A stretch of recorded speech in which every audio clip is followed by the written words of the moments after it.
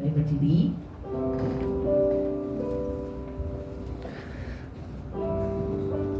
Sebelum kita mulai, yuk kita berdoa dulu ya.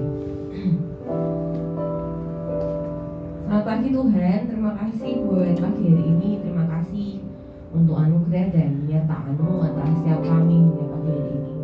Kalau sebentar kami mau mulai ibadah kami Tuhan, biar kiranya Engkau Roh Kudus yang berbicara dari awal hingga akhir.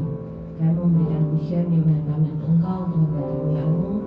Datanglah kerajaan-Mu dan jadilah kehendak-Mu. Terima kasih Tuhan, kami mulai ibadah kami dalam nama Tuhan Yesus. Semua yang percaya katakan amin. Boleh kasih tos ke kanan kirinya, katakan aku mau bersahabat Tuhan.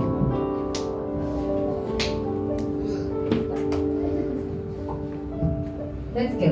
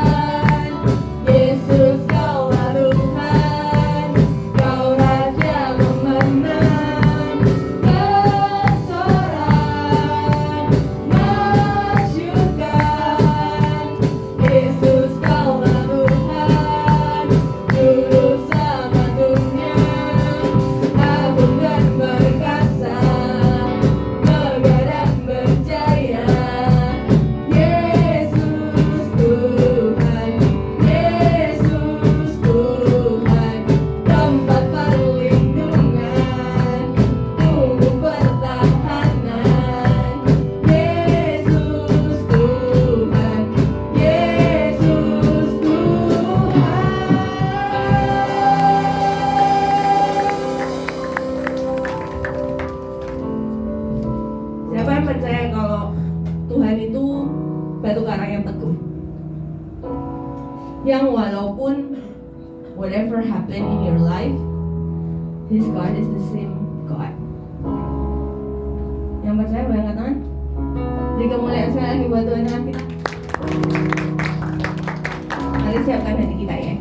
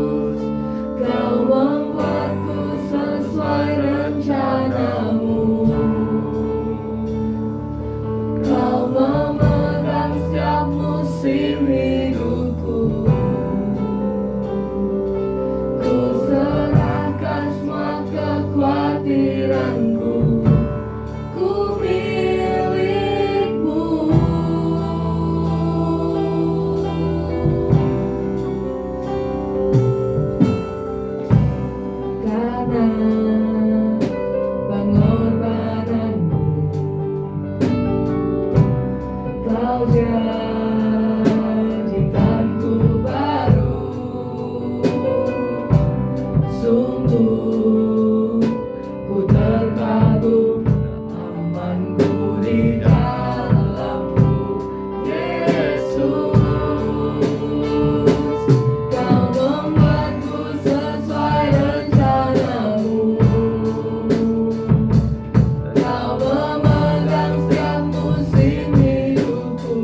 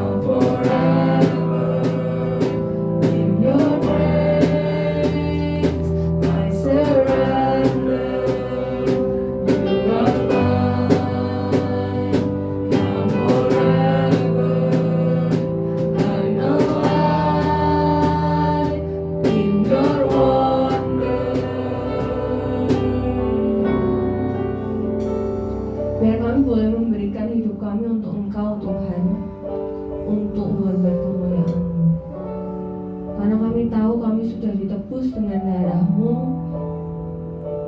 yang mulia. Jadi kami ini bukan kami lagi, tapi Kristus yang hidup di dalam kami. Biar Roh Kudus Engkau boleh semakin berkuasa atas hidup kami. Biar kami boleh di dalam Engkau dan Engkau di dalam kami. Kami mengucap syukur Tuhan buat anugerah-Mu yang besar atas hidup kami. Kalau sebentar kami mau mendengarkan firman-Mu Bapa, berbicara atas setiap kami, dan kami berkati hamba-Mu yang kami menyampaikan firman-Mu.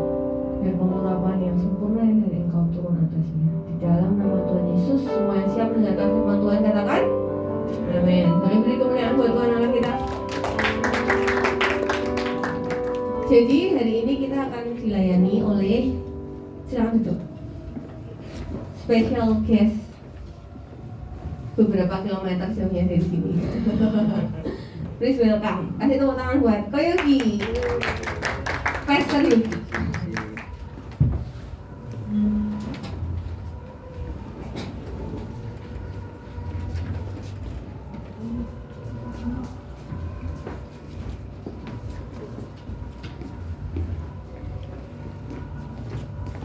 Selamat pagi teman-teman.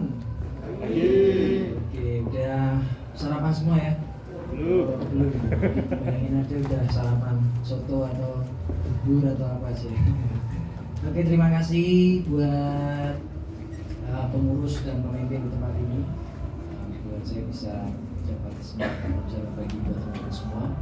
Sekian tahun lalu saya di sini sebelum COVID juga, tapi belum di tempat yang baru ini. Jadi kalian ini berada di tempat yang sangat keren, di tempat yang luar biasa sekali. Kita akan bicara tentang prinsip. Oke, kita semua harus punya prinsip, karena kalau kita nggak punya prinsip, kita akan mudah digoyahkan, diombang-ambingkan. Nah, apa itu prinsip? Next slide. Itu kepercayaan kita, a strong belief that influence your action. Jadi kita punya, sebelum kita melakukan sesuatu, kita pasti punya kepercayaan atau belief system. Apa yang kita lakukan, apa yang kita kerjakan pasti didasari oleh keyakinan itu. Karena kita yakin bahwa belajar itu penting, maka kita belajar. Kalau kita yakin bahwa belajar nggak penting, aku udah bisa, kita masih nggak belajar. Karena kata Raja Salomo di kitab Pengkhotbah, banyak belajar melelahkan. Yes. Makanya kita sedikit belajar, itu mah Pak. Ya, Salomo aja bilang banyak belajar melelahkan. Buku-buku itu melelahkan. Jadi kita sedikit belajar dan sedikit lupa. Maka kita nggak usah belajar. Sebuah hukum that something based on, semua itu didasarkan ada hukum atau kepercayaan atau belief that is accepted as a reason for acting. Jadi intinya itu aja, prinsip itu. Kalau kita nggak punya prinsip, kita mudah diombang-ambingkan. Kita nggak punya dasar untuk bisa menentukan sebuah langkah atau tindakan dalam hidup kita. Suatu hari ada seorang raja dari Mongol. Siapa yang suka belajar sejarah kerajaan? Saya nggak terlalu sih, cuma memang ada story-nya ini. Genghis Khan itu kaisar atau raja dari Mongol, mungkin sekitar abad 13. Dia memerintah dan hampir setengah kekuasaannya, hampir setengah kerajaan dunia waktu itu. Nah, dia punya seekor raja wali. Ketika dia pergi terutama latihan atau berburu, dia suka membawa raja walinya ini dan selalu menemani dia naik kuda, tapi ditemani raja walinya. Suatu hari dia berburu dan dia sangat haus sekali karena sangat panas. Dia menemukan ada tetesan air di sebuah tempat, dan kemudian karena Genghis Khan punya satu gelas cangkir yang dia bawa, dia tadahkan airnya. Lalu setelah hampir penuh, dia mau minum. Kemudian raja wali ini terbang dan menumpahkan air itu. Baru sekali Genghis Khan, raja ini tersenyum. Jangan bercanda dong, kira-kira gitu, sama burung kesayangan. Kemudian dia isi lagi. Dan ketika hampir penuh, kemudian dia mau minum, dan raja wali ini kembali melakukan hal yang sama sehingga tumpah lagi.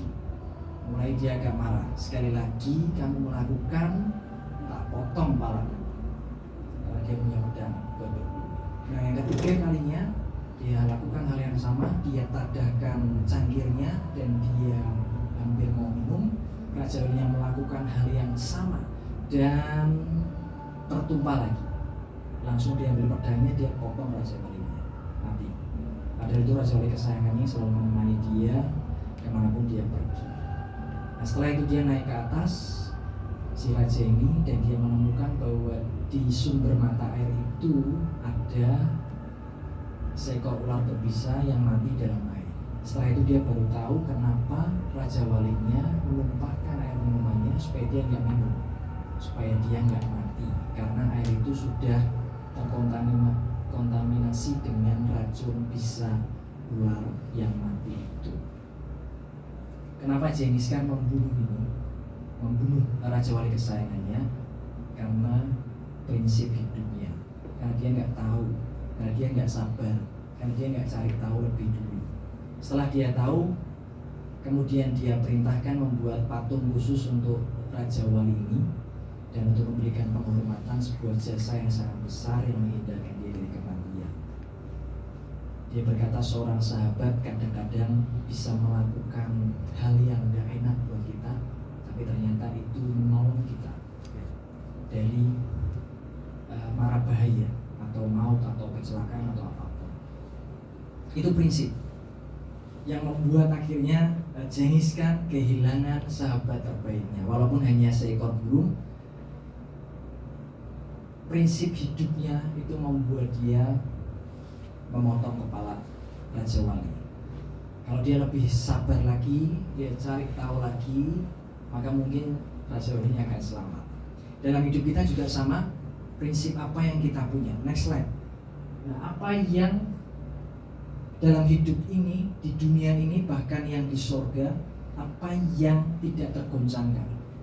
Waktu itu suaranya menggoncangkan bumi, tapi sekarang ia memberikan janji, satu kali lagi aku akan menggoncangkan bukan hanya bumi saja, melainkan langit juga. Next slide.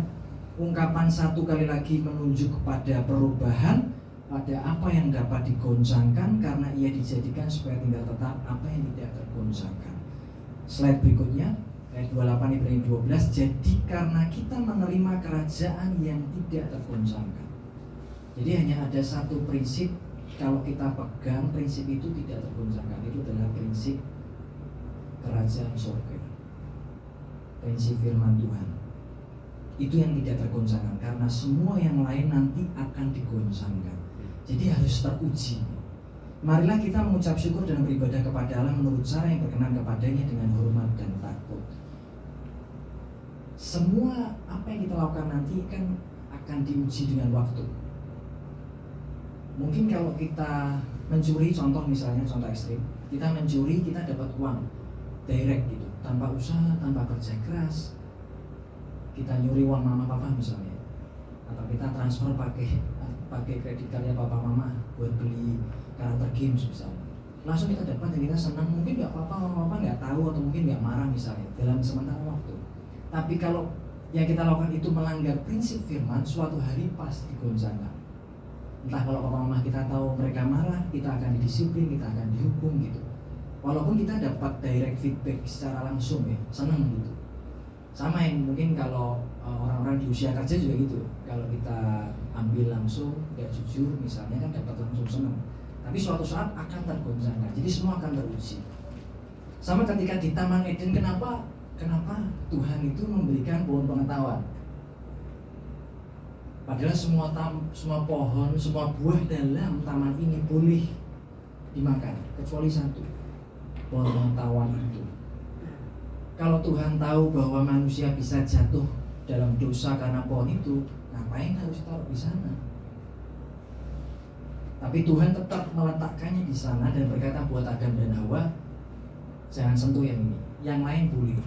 Tapi kita bisa berpikir yang sebaliknya, jadi orang Kristen tuh gak enak ya, ikut Tuhan tuh gak enak ya. Prinsip kerajaan surga itu harus seperti ini, yang gak boleh ini, gak boleh itu misalnya. Karena kita lihat dari sudut pandang yang berbeda. Kita merasa bahwa Tuhan itu mengekang hidup kita. Dan setelah menjadi orang Kristen, kita merasa bahwa hidup kita ini banyak dibatasi. Ternyata itulah kemerdekaan yang sejati, harus dibatasi. Dan iman kita harus teruji tadi. Kenapa harus ada pohon pengetahuan? Prinsipnya harus teruji. Kalau nggak ada tesnya, iman kita itu nggak murni. Maka di sana tetap ada pohon pengetahuan. Artinya ada kesempatan untuk Adam dan Hawa melanggar hukum Allah, melanggar prinsipnya Allah. Karena setiap hari mereka bisa lihat ada pohon itu, ada buahnya menarik. Mereka bisa dekat-dekat dan mereka bisa lihat karena ada di sana. Dan Tuhan membiarkan itu dalam tanda petik. Waktu Hawa dan Adam dan Hawa mau makan buah itu kan Tuhan nggak intervensi. Itu pilihan kita manusia. Dan kalau Adam dan Hawa tetap mengikuti perintah Tuhan, berarti imannya teruji. Karena ada kesempatan tapi nggak diambil.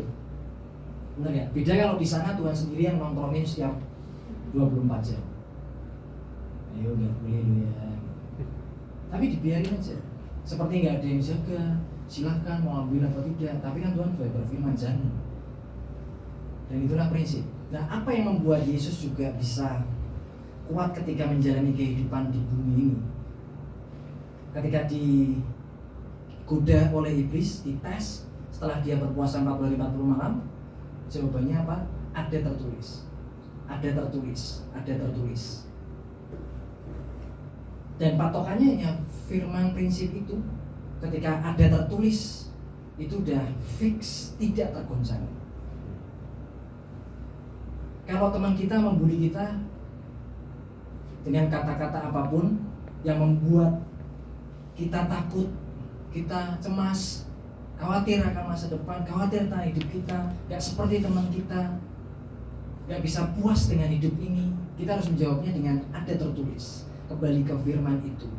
Kamu nanti gak diberkati, tapi kita lihat janji Tuhan, ada tertulis. Orang benar diberkati Tuhan, ada tertulis. Tuhan menyertai kehidupan kita. Sekalipun kadang kita nggak merasa, aku nggak merasa ya, karena hidup kita by feeling, aku merasa Tuhan jauh gitu. Nah kita lihat, semuanya bermula dari next slide, ketika Adam dan Hawa jatuh dalam dosa. Di Taman Eden itulah prinsip mereka mulai goncang. Adam yang pertama, memang istrinya yang mulai, dan setelah itu Adam yang tanggung jawab, laki-laki harus bertanggung jawab. Adam dan Hawa tidak memegang prinsip itu. Beda sama Adam yang kedua tadi, dia selalu kembali ke ada tertulis. Ada tertulis itu pentingnya kita tetap baca firman dan belajar firman. Karena di sana ada tertulis supaya kita tahu janji Tuhan dalam firman itu apa, sehingga kita tidak mudah digoyahkan atau tidak mudah diombang-ambingkan dengan manusia sekeliling kita, lingkungan, teman, dan apapun yang lain. Sosial media itu sudah mengubah kita. Sekarang udah macam-macam udah. Soal pacaran aja kayak hidupnya udah sangat bervariasi ya. Ada FWB, ada jalan aja lah, pokoknya jalanin aja.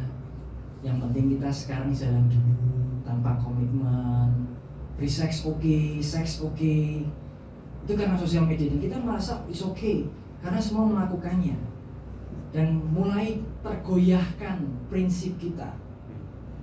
Tapi kalau kita kembali ada tertulis, maka kita akan tetap kuat, bukan karena kita, tapi karena Tuhan di dalam kita. Dan ketika jatuh dalam dosa itu mereka mulai goyah. Next slide. Kejadian 3. Ketika mereka mendengar bunyi langkah Tuhan Allah yang berjalan-jalan dalam taman itu, pada waktu hari sejuk bersembunyilah manusia. Ini setelah makan buah pengetahuan.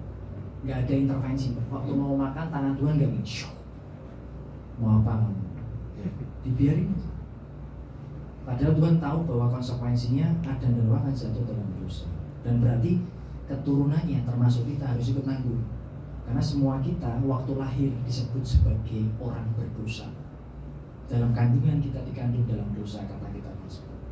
Dan setelah lahir pun kita sebagai orang berdosa. Walaupun kita belum bisa mencuri, kita belum bisa berbuat dosa. Bayi kan gak berbuat dosa, gak ada bayi lahir tiba-tiba nampar mamanya, "Mah, lama sekali ya kamu ya."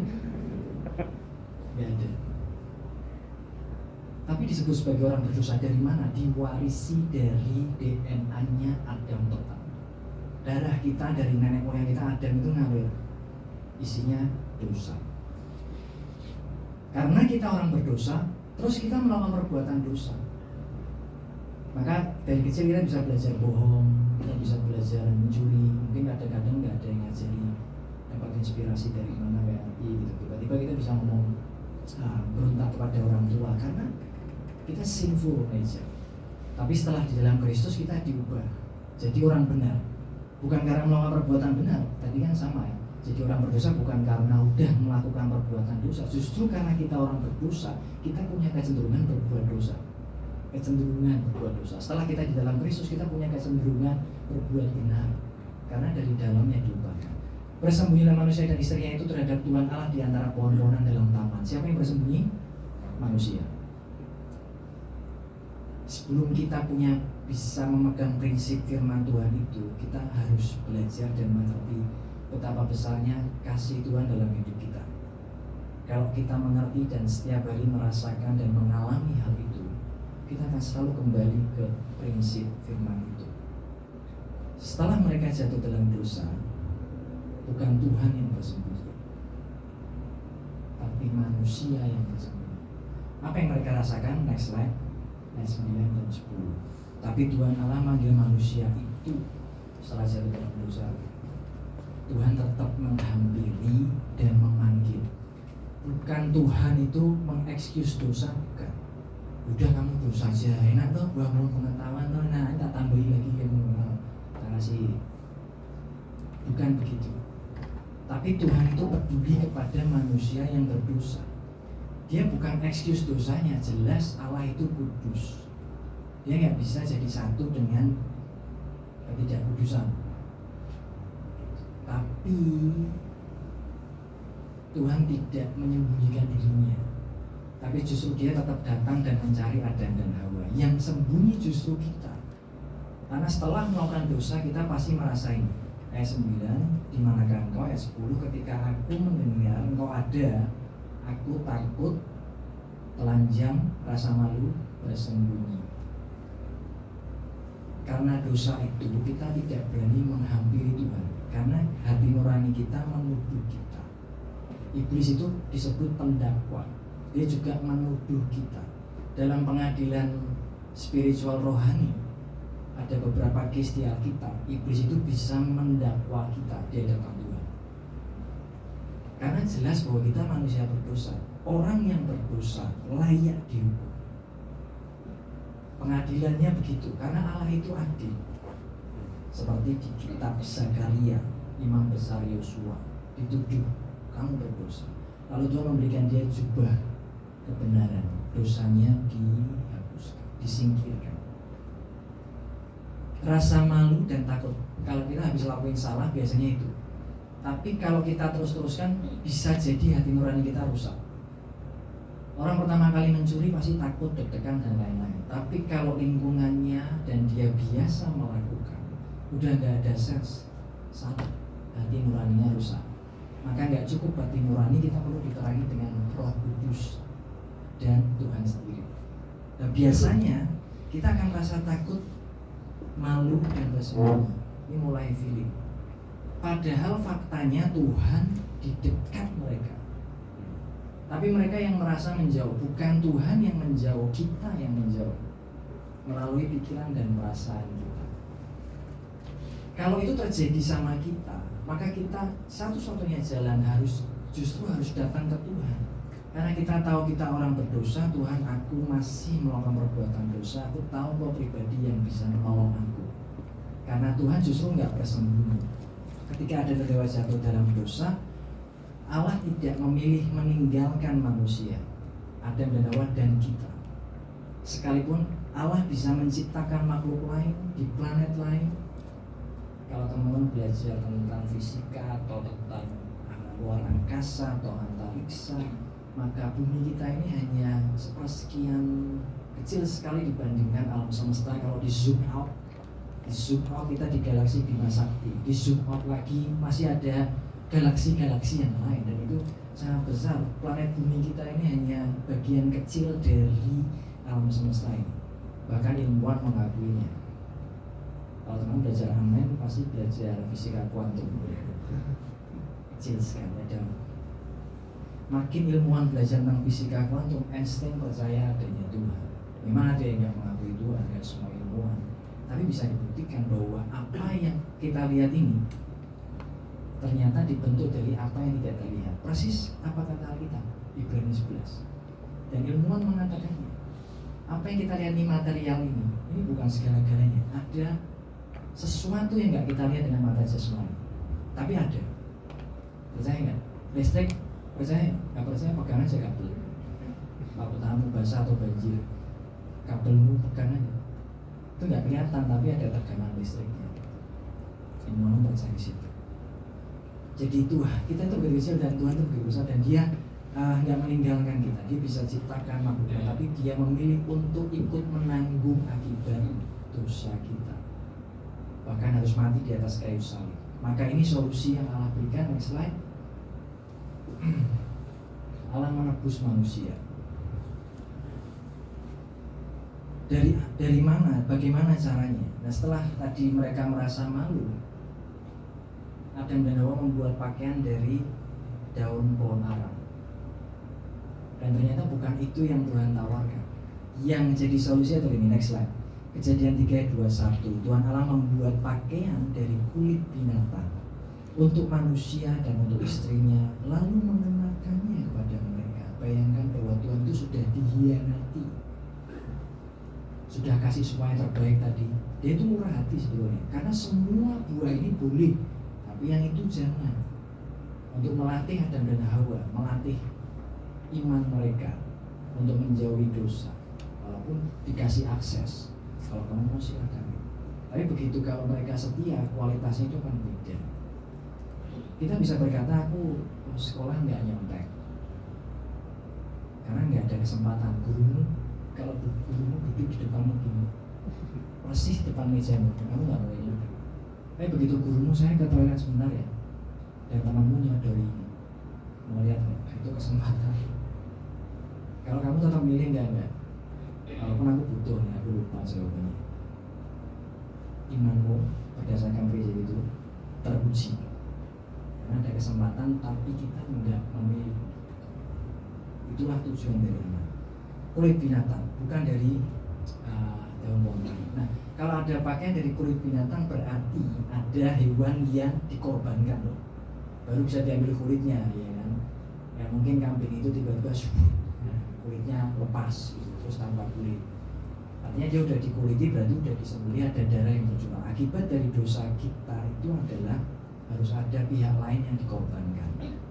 Dan binatang itu berbicara tentang Yesus Kristus yang harus mati di atas kayu salib sebagai anak domba Allah yang menghapus dosa dunia. Zaman perjanjian lama, domba, kambing, lembu dikorbankan. Darah mereka untuk sementara mengcover dosa manusia. Tapi nodanya sebetulnya masih ada. Kalau saya pakai baju, kena noda tinta putih lagi, masih ada. Tapi saya bisa cover dengan apa? Saya pakai hoodie, jaket, nggak kelihatan. Padahal dalamnya ada kotorannya. Meskipun udah dicuci nggak bisa. Bedanya, korban binatang nggak pernah bisa menghapus dosa kita, hanya mengcover sementara. Sampai Yesus mati di atas kayu salib, dosa kita clean. Bawa pergi. Itu kelah kasihnya yang besar buat kita. Dia tetap menyertai kita. Bahkan Allah mengenakannya sendiri, dipakein pakaian supaya nggak malu, dipakaikan, diberikan Yesus buat kita supaya kita jadi orang benar. Oleh karena penebusan, waktu kita percaya, dianugerahkan. Kita jadi orang benar itu bukan karena usaha kita, aku pelayanan, aku kasih persembahan, bukan.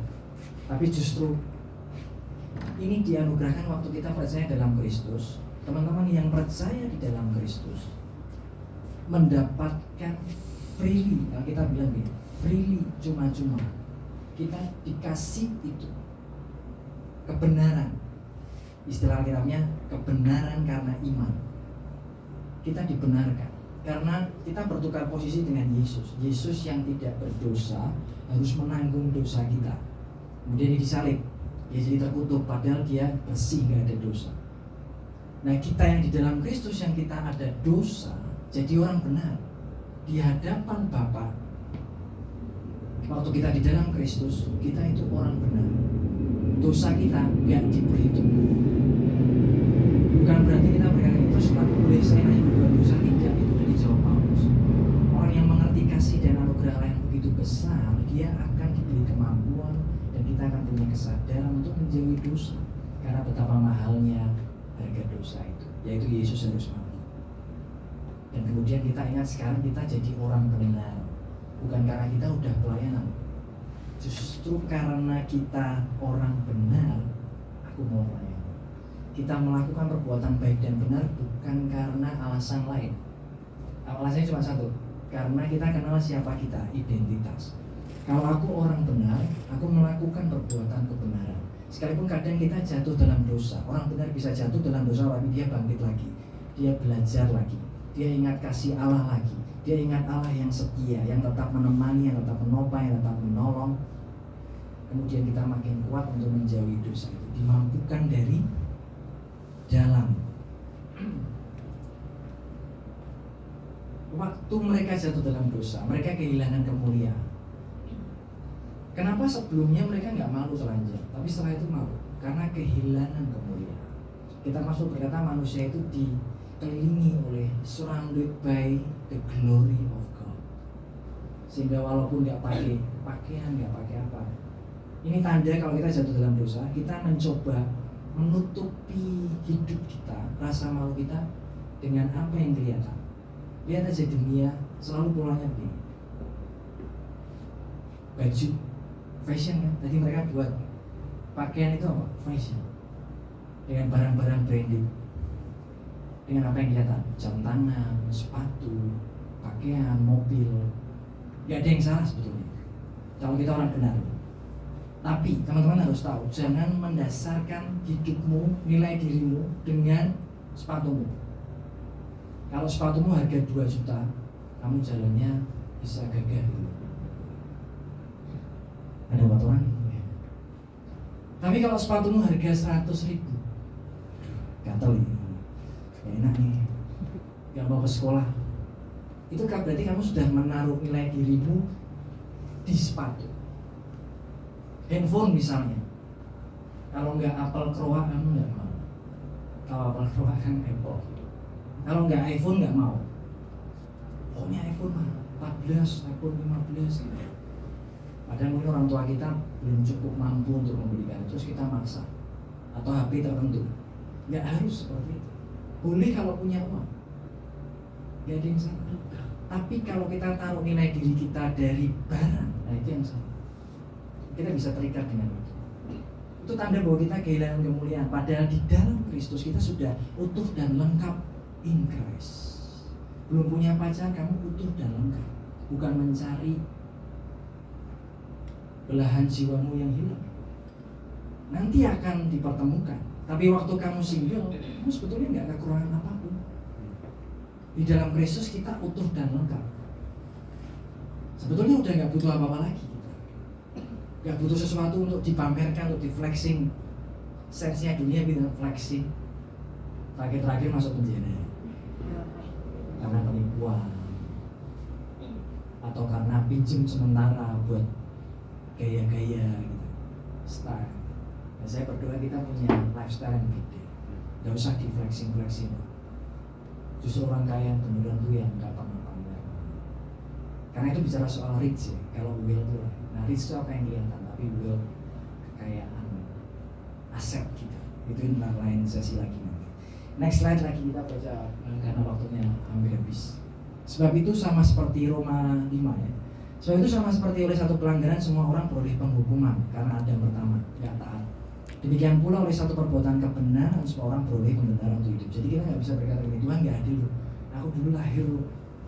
Aku nggak minta dilahirkan, papa mamaku yang membuat aku. Terus aku jadi orang berdosa. Sekarang Adam pertama. Nah sekarang Tuhan kasih solusi, jalan. Karena Adam yang kedua, oleh perbuatan kebenaran, oleh satu perbuatan kebenaran, semua orang beroleh pembenaran, dibenarkan. Bukan karena kita benar, tapi karena Kristus benar. Terus aku percaya dalam Kristus, percaya akan penebusannya, kita beroleh pembenaran dan kita beroleh kehidupan. Sekarang kita disebut sebagai anak-anak Allah, orang benar. Walaupun kadang perbuatannya masih belum benar, kita disebut orang kudus, kayak orang-orang di Korintus. Karena belum dewasa orang Korintus, perbuatan dosanya ngeri masih. Walaupun disebut orang kudus, walaupun perbuatannya belum kudus. Next slide. Ayat terakhir nih. Jadi sama seperti oleh ketidaktaatan satu orang, semua orang telah menjadi orang berdosa. Demikian pula oleh ketaatan satu orang, semua orang jadi orang benar. Ketaatannya Yesus. Dan waktu kita di dalam Dia, DNA kita sekarang kalau dibelah nih darahnya, darah Yesus. Dan kita sekarang mewarisi warisan kerajaan surga. Bukan karena kita baik, tapi karena Tuhan baik. Kita harus memahami kasih Allah yang besar ini. Walaupun kita kadang jatuh dalam dosa, kita kadang salah, Tuhan bahkan menebus kesalahan kita. Kita bisa dipulihkan. Dia tetap mendekati kita, dia tetap menemani kita. Kita aja yang merasa Tuhan itu jauh. Secara natural begini, kalau kita berbuat baik, kita akan dapat yang baik. Waktu kita dapat yang buruk, kita melakukan yang buruk, kita dapat yang buruk. Tapi ini anugerah Tuhan. Bahkan sebelum kita tahu apa itu berbuat baik, Dia sudah berbuat baik. Dia sudah mengasihi kita, bahkan Dia sudah mati buat kita. Sebelum kita tahu berbuat baik, itulah anugerahnya. Jadi Tuhan itu memberikan lebih dulu dirinya kepada kita, dengan resiko kita tidak menerima Dia. Itulah anugerah Allah. Dan anugerah Allah itulah yang mengubahkan kita. Mungkin kita bisa berpikir begini, kemarin aku lupa baca Alkitab, makanya hari ini aku nilai ulangan itu jelek. Kemarin aku nggak berdoa karena terlalu sibuk, ulangan banyak, lupa saat teduh misalnya. Makanya hari ini aku marah-marahin sama mama terus, hidupku sial hari ini. Kenapa kita diberkati teman-teman? Bukan karena kita baik, tapi karena Tuhan baik. Jadi kasihnya Tuhan sebetulnya dalam kapasitas tertentu itu nggak tergantung apa yang kita lakukan. Dasarnya apa? Surat Roma. Waktu kita masih menjadi musuh Allah, Dia sudah mati buat kita. Bayangkan sekarang kita yang sudah jadi anaknya. Kita anak yang kadang salah, pasti disiplin pasti. Tuhan menegur kita pasti. Tuhan bisa mengajar kita pasti karena Dia Bapa. Kalau kita salah pasti diingatkan, pasti ditegur. Kadang alami suatu. Tapi sekarang sense kita harus diubah. Kita adalah anak Allah dalam anugerah Tuhan itu. Justru karena Tuhan udah baik, sekarang kita belajar melayani. Jadi sekarang kita bukan memberi supaya diberi, tapi karena kita sudah diberi, sekarang aku belajar memberi. Karena Tuhan udah baik sama aku belajar berbuat baik. Karena Tuhan udah mengampuni aku, ini prinsip-prinsip firman semua. Tapi dasarnya adalah kita harus memahami dan menerima dan mengalami terus setiap hari anugerah Allah itu, dimana Dia berikan bukan berdasarkan performa kita, tapi performa Kristus di atas kayu salib. Sampai sekarang kita bisa hidup, kita diberkati karena murni kebaikan Allah. Kalau kita dihitung dosanya detail, kita pasti udah gak hidup ya, kita udah mati dari kemarin. Tapi karena kita masih hidup dalam masa anugerah itu. Justru dengan mengerti itu, surat Roma juga mengatakan, dosa tidak akan menguasai kamu, karena kamu tidak hidup di bawah Taurat, tapi di bawah anugerah. Dan anugerah dan kebaikan Allah itu yang memampukan kita akhirnya untuk bisa akhirnya hidup dalam kebenaran. Karena waktu kita percaya, kita diberikan hati yang baru, roh yang baru untuk mentaati firman. Bagaimana cara kita bisa menang dari dosa? Tinggallah dalam Dia, Yohanes pasal 15. Nomor satu adalah bangun relationship dengan Tuhan. Maka yang lain-lain itu namanya fruit. Pelayanan, kekudusan, kebenaran, mengampuni, mengasihi, itu semua buah namanya. Kasih, sabar, sukacita, damai, itu semua buah. Dari mana kita dapat? Saat di dalam Kristus. Jadi cara untuk menang dari dosa bukan berusaha menang dari dosa, tapi berusaha tinggal dalam Kristus. Waktu kita jadi satu dengan Dia, maka buahmu akan keluar. Kita akan menghasilkan buah untuk kemuliaan Tuhan. Mari kita berdoa. Terima kasih buat pagi hari ini. Biar Engkau yang membukakan hati dan pengertian kami, betapa Engkau sangat mengasihi kami. Kadang kami merasa Engkau jauh, tapi kami tidak mau hidup berdasarkan hanya dengan our feeling atau perasaan kami. We live by faith, not by feeling. Maka ketika kami belajar akan firman-Mu, itu yang jadi prinsip hidup kami. Karena Engkau sudah lebih dulu mengasihi kami, mencintai kami, menemani kami, Kadang kami tidak setia, tapi Allah itu setia, menemani kami, menopang kami, menolong, memampukan, sampai hidup kami berubah dan menghasilkan buah untuk kemuliaan nama Tuhan. Di dalam nama Tuhan Yesus, semua kita yang percaya berkata, amin. God bless you.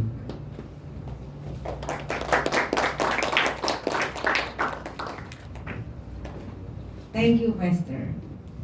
Ya.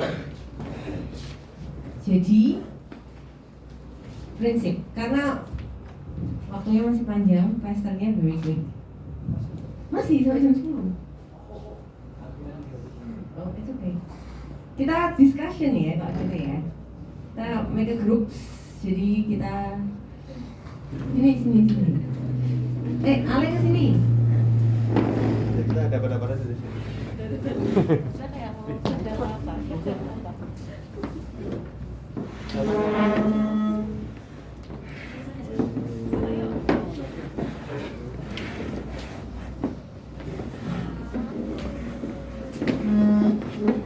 Oke.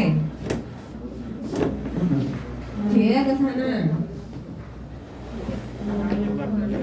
Ini loh. Itu ke belakangmu. Faisal. Oke.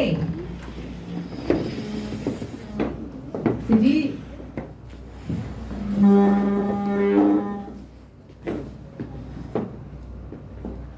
oke. Kamu ke sana ya, Pak? Ini juga boleh. Kok kemarin kau dapat sedikit banget ya? Ya, boleh Siapa ya?